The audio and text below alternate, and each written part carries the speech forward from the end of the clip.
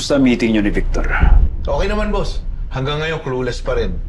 Paniwala niya, si Mayor pa rin ang may kagagawa ng lahat ng nangyayari sa kanya. Pinapaimbestigahan niya sa akin itong isang reporter, si Mira. Dahil ang paniwala niya, binabayaran din to ni Mayor. Iligpit mo na si Daga. Teka, iligpit si Daga. Boss, hindi ba si Daga ang nag-iisa nating witness lamang kay Victor Santiago? Pag si Daga namatay, baka makasama pa sa Kailan ka pa natutong questionin ang desisyon mo? Kapag namatay si Daga, ang pagbibintangan. Hindi ba si Victor? Pensya na, boss. At anong susunod doon? Sureball na tatay ko sa eleksyon. Naiintindihan mo?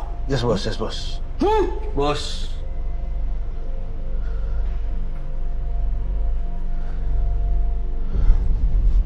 Ang laki ng utang na loob sa'yo ng tatay mo, boss. Dahil mananalo siya ngayong eleksyon. Dapat pasalamatan ka niya. Huwag kang mag-alala. Lahat ng may utang sa akin, nagbabayad. Yes, boss. Oo, dagdagan! May, paano mo? Tama na! Tayo! Tama kayo sa akin!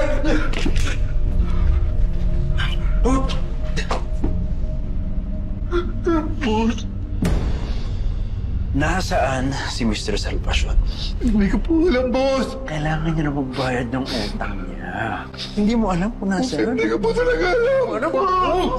Ngayon ako sa lahat. Oo po sa'yo, boss. Pinagmumukha akong tanga. Ayaw po ko.